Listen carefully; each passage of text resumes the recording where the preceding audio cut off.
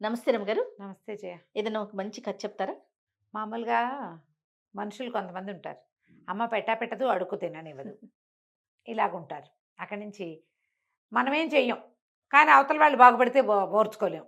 మన వంతు సహాయం చిన్న చిన్న సహాయాలు కూడా చెయ్యరు. అవును. ఇందులో అక్క, చెల్లి, అన్న, తమ్ములు కూడా ఉంటారు జయ. మనకు తెలీదు. ఎందుకంటే ఆ ప్రపంచంలో లేము లేం అంటారు. మనం. నిజంగా జయ. ఆ ప్రపంచంలో లేము. అలాంటి వార్తలు వినము. వినము.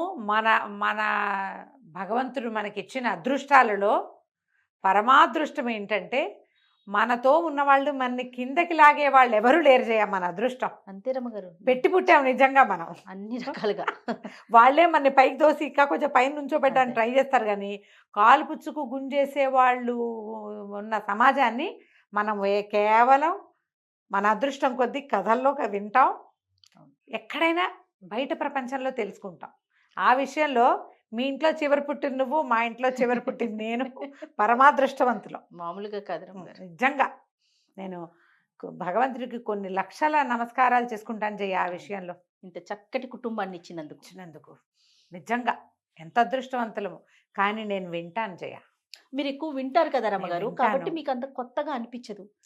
నేను మీ నా దగ్గర ద్వారానే వింటావు. వింటా. అవును. చాలా ఆశ్చర్యం అనిపిస్తా ఉంటది నాకు. ఇట్లా ఉన్నారా? ఇట్లా కూడా ఉంటున్నారా? ఉంటారు. ఇంకా ఉన్నారా రమ్మగారు అని అడుగుతా మిమ్మల్ని ప్రతి అవును. విషయాన్ని. ఎప్పుడూ ఉంటారమ్మా. అన్నదమ్ముల్లో రెండో వాడో మూడో వాడో బాగుపడితే ఓర్చుకోలేని వాళ్ళు, అక్క చెల్లెళ్లలో ఒకదానికి అద్భుతమైన సంబంధం వస్తే కాల్చుకు తినేసేవాళ్ళు, లేదా తనకే అద్భుతమైన సంబంధం వస్తే చెల్లెలకి అలాంటిది రాకూడదని భావించేవాళ్ళు, నేనే బాగుండాలి కానీ మా పుట్టిల్లు బాగుండకూడదు, వాళ్ళ సంగతి నాకు అక్కర్లేదు అనుకునేవాళ్ళు. ఇది చూసాను రమ్మగారు. ఇది నేను. చూసావా నువ్వు? ఇది చూసాను. నేనే బాగుండాలి. వాళ్ళు ఏమన్నా ఏమన్నా అయిపోని. అయిపోయి అన్నదమ్ములు ఏమన్నా ఇప్పుడు రోడ్డున మట్టి పడినాయి. కొట్టుపోయినాయి. మట్టి కొట్టుకుపోయినా వీళ్ళకి ఓకే. అంతే. తనకు మాత్రం అన్నీ జరిగిపోవాలి. జరిగిపోవాలి. కొన్ని ఇలా ఉంటాయి.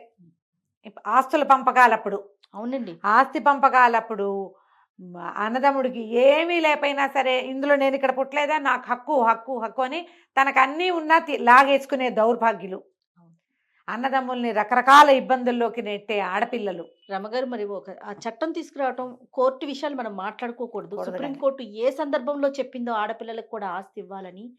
ఎంతమంది అన్నదమ్ముల్ని రోడ్లు కీడ్చేసిన అక్క చెల్లెల్ని నేను చూశాను రమగారు. మేము కోర్టు కేసులు చూస్తున్నావు నువ్వు. కోర్టు కేసులు ఎంత మందిని చూస్తున్నాను. అవును. ఎప్పుడో పెళ్ళిళ్ళు పెళ్లి అయిపోయి అన్ని చేయించుకుని, నీ పిల్లలు కూడా పెళ్లి వయసుకు వచ్చేసి వాళ్ళకు కూడా పెళ్లి చేస్తావు. కానీ నీ పుట్టింటోళ్ళు నీకు మళ్ళీ తల్లిదండ్రులు ఉండరు. ఉండరు. తమ్ముళ్ళే, అక్కడ అన్నదమ్ములే. అన్నదమ్ముల్ని రోడ్డు నుంచోబెట్టి అక్క చెల్లెల్ని చాలా మంది చూస్తున్నానండి. ఇప్పుడు సమాజం అంతా అలాంటి వాళ్ళే ఎక్కువ కనపడుతున్నారమ్మా. అన్నదమ్ములు ఏమైపోయినా పర్వాలేదని. నాకు అమ్మా నాన్న లేరే, పుట్టిల్లు అంటే వాళ్ళే వాళ్ళే కదా కదా. పొద్దున చూడాల్సింది. ఇంగితం ఏముండట్లేదు. ఉండట్లేదండి. వాళ్ళకి ఉండదు, వాళ్ళకి పిల్లలకి ఉండదు. ఉండదు అసలు. కాదమ్మా, వీళ్ళకే వాళ్ళకే లేకపోతే లేకపోతే ఆ మొగుళ్ళకో పిల్లలకో ఎందుకు ఎందుకు వస్తుంది? కరెక్ట్ చెప్పారు. ఉండదు కదా. మరి? ఇప్పుడు వాళ్ళకి వీళ్ళకి లేదనుకో జయ, ఆడపిల్లలకి. ఇప్పుడు అలాగూ ఉంది. ఏమీ లేని ఆడపిల్లలకి చచ్చినా ఏమీ ఇవ్వకూడదు అనుకునే దౌర్భాగ్యపు అన్నయ్యలు అన్నలు మనకు ఒక్కతే కదా తోబుట్టువు, దీన్ని చూసుకుందాం అది లేదు అని వాళ్ళు అనుకోరు, వాళ్ళ పెళ్ళాలు అనుకోరు. అనుకోరు. అటు ఇటు కూడా జయ. నిజంగా దౌర్భాగ్యపు సమాజంలోకి వచ్చేసాం మనం. అవును. ఇది వరకు ఏళ్ల తరబడి అక్క చెల్లెల్ని వాళ్ళని చూసుకునే అన్నదమ్ములకు మనకు తెలుసు, మన సమాజంలోనే చాలా మంది ఉన్నారు. అవును. అవును. మనకు ఓన్ ఫ్యామిలీస్ లో కూడా కనపడతారు. అవును. ఇప్పుడు అది లేదు, ఇది లేదు. ఆ. నువ్వెవరో నేనెవరో, ఏ ఏ గొడవ అయినా సరే అన్నయ్యే సారీ చెప్పాలి, ఆ. వీళ్ళే గొడవ మొదలు పెడతారు. ఆ వదినే సారీ చెప్పాలి, కాపురాలు చేసుకొనివ్వరు. అలాంటి వాళ్ళు ఉన్నారుగా. ఉంటారు.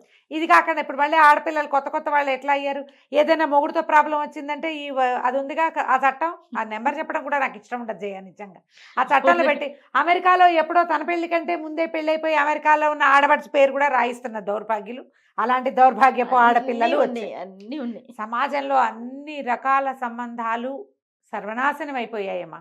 మానవత్వాలు పోయినాయి మనుషులు. అలాంటి ఒక కథ చెప్తాను చూడు. చెప్పండి అమ్మగారు. ఇద్దరు అక్క చెల్లి ఉండేవాళ్ళట ఒక పల్లెటూళ్ళలో, మీనాక్షి కామాక్షి. మీనాక్షికి మంచి కలిగిన సంబంధం చేశాడు తండ్రి, కొంత ఆస్తి కూడా ఇచ్చాడు. కామాక్షి పెళ్లి నాటికి అక్క చెల్లికి ఒక 9 ఏళ్ళో 8 ఏళ్ళో 10 ఏళ్ళో వారుంది. కామాక్షి పెళ్లి నాటికి కాటకం వచ్చి వీళ్ళ పొలాలన్నీ బీడు భూములు అయిపోయింది.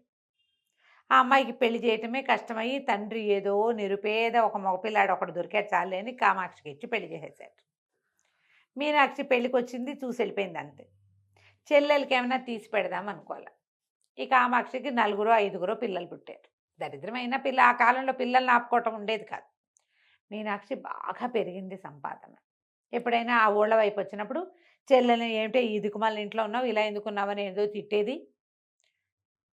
ఏమన్నా తెచ్చి పెట్టటము, పెద్దమ్మ వస్తోందంటే పిల్లలకి ఏదైనా తెస్తుందని పెడుతుందని ఆ ఆశ ఏం లేదు. ఆవిడకి బలహీనంగా ఉండి ఆహారం సరిగ్గా చాలని ఆడపిల్లల్ని చూస్తే నచ్చొచ్చేది కాదు. కొన్నాళ్ళు గడిచింది. వీళ్ళు నిరుపేదలు, ఎట్లా ఆగోట్లా ఏదో చిన్నది 10 రూపాయలు తెచ్చుకుని మొగుడు పెళ్ళాం పిల్లల్ని పోషించుకునేవాళ్ళు. ఈ మీనాక్షి ఒక కూతురికి పెళ్లి కుదిరింది. కుదిరితే ఆవిడకి పనికి సహాయం కావాలి. ఆవిడ ఈ ఊళ్ళో పెళ్లి పిలుపులకు వచ్చి ఈ కామాక్షి ఇంటికి వచ్చి, ఏమే మా అమ్మాయి పెళ్లి కుదిరింది, నువ్వు రా పెళ్ళికి, నీ మొగుడిని పిల్లల్ని వెంటేసుకు రావద్దు. ఈ దౌర్భాగ్యం చూస్తే వాళ్ళంతా ఏమంటారో పెళ్లి వాళ్ళు మనకు తెలియదు. నాకు పని సహాయం కావాలి, నువ్వు రమ్మని. రమ్మనేసరికల్లా సరే కామాక్షి సరేనంది. పిల్లలకి చెప్పి బయలుదేరితే పిల్లలు మేము వస్తాం పెళ్ళి ఎప్పుడు చూడలేదని అడిగారు. అడిగితే వద్దు వద్దు పెద్దమ్మ తన్నేస్తుంది మిమ్మల్ని అదని చూస్తే ఉండండి, ఏమైనా పెళ్ళికి పప్పలు ఉంటారు, బోల్డు రకాలు తినుబండారాలు ఏమైనా పట్టుకొస్తాను, 4 రోజులు ఉండి వస్తాను అని మొగుడికి పిల్లల్ని అప్పచెప్పి ఈ కామాక్షి వాళ్ళ ఇంటికి వెళ్ళి, అది పై ఊరు పక్క ఊరు అనమాట. మధ్యలో కొంత అడవి ప్రాంతం ఉంది. ఎవరో కొంతమంది జనాలు వెళ్తుంటే వాళ్ళతో పాటు ఈ కామాక్షి బయలుదేరి మీనాక్షి వాళ్ళ ఊరు వెళ్ళింది. రాగానే అక్క ఇవి మైకి ఇల్లప్పచెప్పింది. గిన్నెలు దోమటాలు, సామాన్లు సర్దటాలు, వాకిళ్ళు ఊడవటాలు, తినుబండారాలు, వంట వాళ్ళు తినుబండారాలు చేస్తుంటే అవన్నీ చక్కగా సర్దటాలు, పనులన్నీ చేయించింది. పెళ్లి వాళ్ళకి ఎవ్వరికీ ఈ అమ్మాయిని చెల్లెలుగా పరిచయం చేయలే. పనిచేసే అమ్మాయి బోడంత మంది పని వాళ్ళు ఉన్నారు. ఇది కూడా ఇది ఇంట్లో మనిషి కాబట్టి అక్కయ్య వస్తువు కాబట్టి కొంచెం జాగ్రత్తగా చేస్తుంది. కాస్త ఏమైనా పని వాళ్ళని కేకలిస్తే లేచకపోతారు. చెల్లెలు ఎక్కడికి వెళ్తుంది, దీన్ని ఎన్ని అంతేగా. తిట్లు తిట్టినా ఇది ఇక్కడే పడి ఉంటుంది. 4 రోజులు గడిచినాయి. మొదటి రోజు చేసినవి మిగిలినాయి, రెండో రోజు చేసినవి మిగిలినాయి, మూడో రోజువి మిగిలినాయి. 4గో రోజు ఆ మిగిలిపోయిన తినుబండారాలన్నీ ఓ పళ్ళెంలో ఒక మూట కట్టుకుని, అక్కయ్య పెళ్లి హడావిడంతా అయిపోయింది కదే, పిల్లల్ని చూసి వస్తూ 4 రోజులైంది వదిలిపెట్టి ఇంటికి వెళ్తానంటే ఆ మూటలో ఏమున్నాయే అని అడిగింది మీనాక్షి. అడిగేసరికల్లా ఈ అమ్మాయి ఏమంది, ఇవాళ వంటకాలన్నీ సర్దేశాను, ఇవి 3 రోజుల నాటి వంటకాలు పాసిపోతాయి ఇంకా ఉంటే, అందుకని పిల్లలు తింటారని పట్టుకెళ్తున్నానంటే, ఆవిడేమంది, ఇంత దూరం మోసుకెళ్ళి ఈ పాసిపోయినవి నీ పిల్లలకి పెట్టాల్సిన పనేముంది, అయినా కుడుతొట్లో పడేస్తే గొడ్లకి తిండి కాదా అని, నువ్వు చేతులు ఊగించుకుంటూ వెళ్ళొచ్చు అని చెప్పి కసిరేసి, అయినా నా ఇంట్లో వస్తువు నా గొడ్లకి వెళ్ళాలి కానీ నీ పిల్లలకి వెళ్తే ఎట్లా, పెళ్ళికి వచ్చావు పని చేసావు వెళ్ళు అంతే, 4 రోజులు ఇక్కడే కదా పడి తిన్నావు 4 పూట్ల, మీ ఇంట్లో ఉంటే ఒక పూట తినేదాన్ని నువ్వు, మీ ఊళ్ళో ఉంటే ఏం తింటావు, గుప్పెడు మెతుకులు తింటే గొప్ప, గంజి తాగితే గొప్ప, 4 రోజులు షడ్రసోపేతంగా తిని నున్నబడ్డావు నువ్వు. పోయి ఆ సంచిలో ఉన్నవన్నీ కుడితొట్లో పోయని బలవంతంగా అక్క ఏం చేసింది, 2 తిట్లు తిట్టి ఒక తోపు దోసి ఆ మూటలో ఉన్నవన్నీ కుడితొట్లో పోయించేసింది. చెల్లెలు వెళ్తుంటే ఓ కొత్త బట్ట లేదు, ఓ పాత బట్ట లేదు, ఓ తినుబండారం లేదు, తాంబూలం లేదు. బయలుదేరి తీసేసింది. నేను పెళ్లి వాళ్ళ ఇంటికి వెళ్ళాలి, నువ్వు బయలుదేరు అని చెప్పి తన పెళ్లి వాళ్ళ ఇంటికి బండిలో వెళ్తూ కూడా ఊరు చివర పెండ మీద వదిలిపెట్టచ్చు కదా, వదిలిపెట్టచ్చు చెల్లెని నడిచిపోమని, దానికి బండి ఏం అలవాటు, వదిలేసింది. ఈ మీనాక్షి కామాక్షికి పిచ్చి దుఃఖం వచ్చింది. 4 రోజులు ఇక్కడ ఉన్నా కదా, తింటుంటే అన్నం కూడా పోలా నోట్లోకి, అయ్యో పిల్లలకి ఏం పెట్టలేదే, ఏం తింటున్నారు అని బెంగొచ్చింది. నానా చాకరీ చేశా, 4 పిండి వంటలు పిల్లలకి పట్టుకెళ్ళని ఇవ్వకూడదు,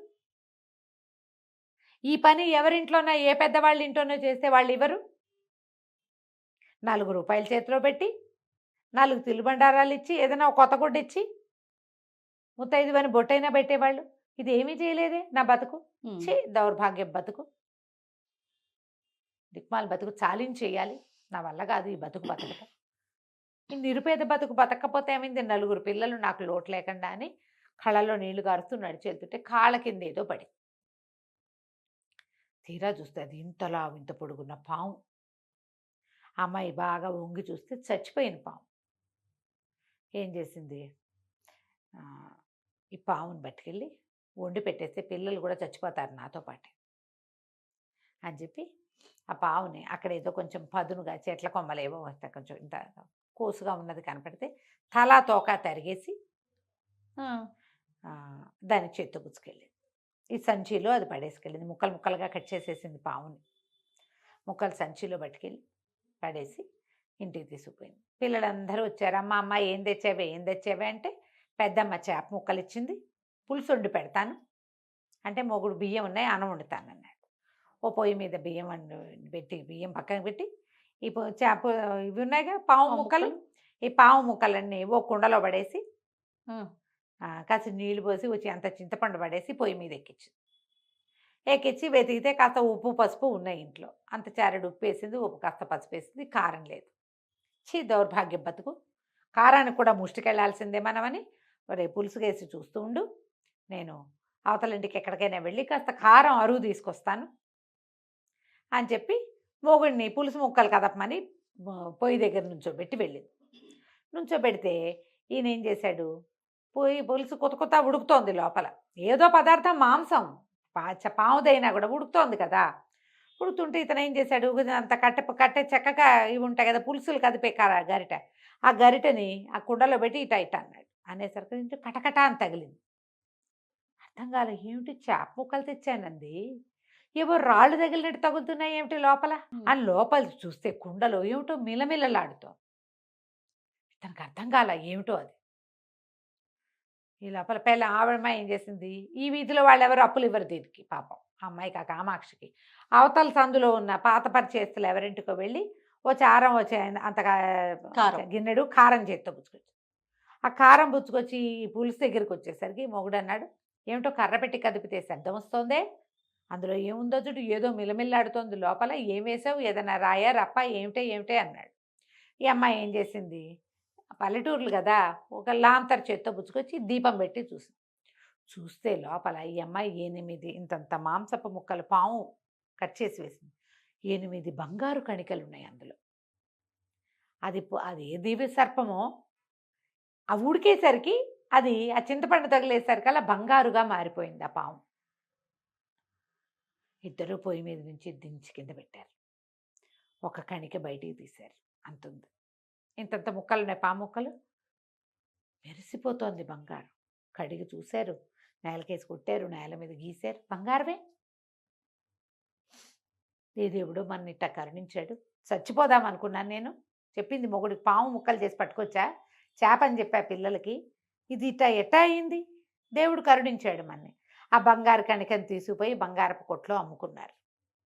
మేలిం బంగారం 24 క్యారెట్లు, ఒక్క ముక్క బోల్డ్ డబ్బు వచ్చింది. సరే ఏం చేశారు, ఇల్లుంది వాళ్ళకు పాతది, ఇంట్లో సామాన్లు తెచ్చేశారు, ఓ 2 బస్తాలు బియ్యం వేసుకున్నారు, కాస్త కందిపప్పు వేసుకున్నారు, సామాన్లు కొనుక్కొచ్చేసారు.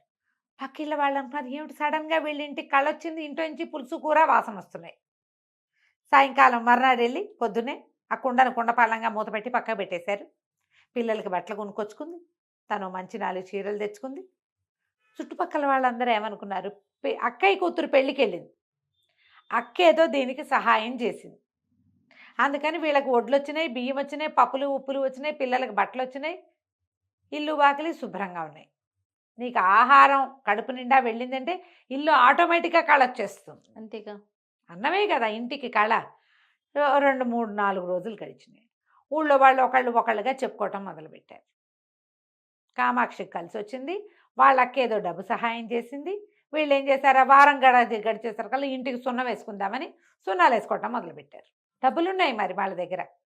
ఎప్పుడైతే ఇంటికి సున్నం వేసిందో ఈ ఊళ్ళో బండి వేసుకుని వెళ్ళిన ఒక పెద్ద మనిషి ఎవరో మీనాక్షికి చెప్పాడు, మీ చెల్లెలు ఇంటికి సున్నాలు వేసుకుంటుంది, నువ్వేదో ధన సహాయం చేశావు. ఆనంగానే లబలబలాడిపోయింది మీనాక్షి, నేను పావలా ఇవ్వలా, ఇది ఎట్టా వేసుకుంటోంది అంటే మా ఇంట్లో నుంచి ఏదో కొట్టేసింది అనమాట. ఇల్లంతా వెతుక్కుంది, ఏమీ కనపడలా, అన్ని వస్తువులు మన దగ్గరే ఉన్నాయి, కానీ చెల్లెలకు కలిసి వచ్చింది అంటే అది నాదే. ఆ ఊరెళ్ళి వారం తిరగానే ఆ ఊరెళ్ళి అక్కడున్న న్యాయాధికారికి ఫిర్యాదు చేసింది, మా చెల్లెలు సడన్గా బాగుపడింది, నేనేం సహాయం చేయలేదు, మా ఇంట్లో నుంచి ఏదో కొట్టేసింది, ఏం కొట్టేసిందో కూడా మాకు అజరాకుండా చేసింది, దానికి అష్టతెలువులు ఉన్నాయి, ఇన్నాళ్ళు నంగిలా ఉంది, ముంగుమొహం వేసుకుని ఉండేది, ఏదో కొట్టేసింది, నాకు న్యాయం చేయండి, నాకు కొట్టేసిన వస్తువు నాకు ఇప్పించాలి అని. ఇల్లంతా వెతికినా ఏం కొట్టేసిందో తెలియలా. సరే న్యాయాధికారి వీళ్ళింటికి సమన్లు పంపించాడు. మొగుడు పెళ్ళాం ఇద్దరు వెళ్ళారు. వెళ్ళేసరికి ఆయన అడిగాడు, ఏమమ్మాయి నీకు ఎట్ట కలిసి వచ్చింది? మీ అక్క నేనేమి ఇవ్వలేదంటుంది. అంటే ఈ అమ్మాయి ఏం చేసింది?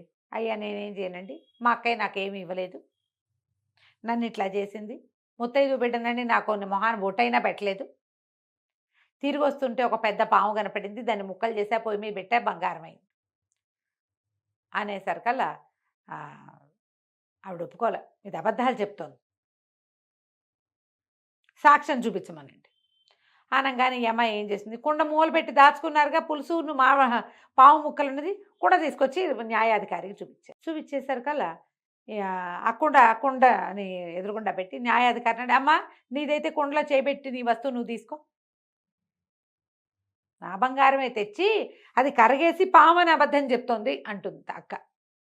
కుండలో చేపెట్టేసరికల్లా బుస్సుమని లేచింది పాము లోపల నుంచి, బుస్సుమంది.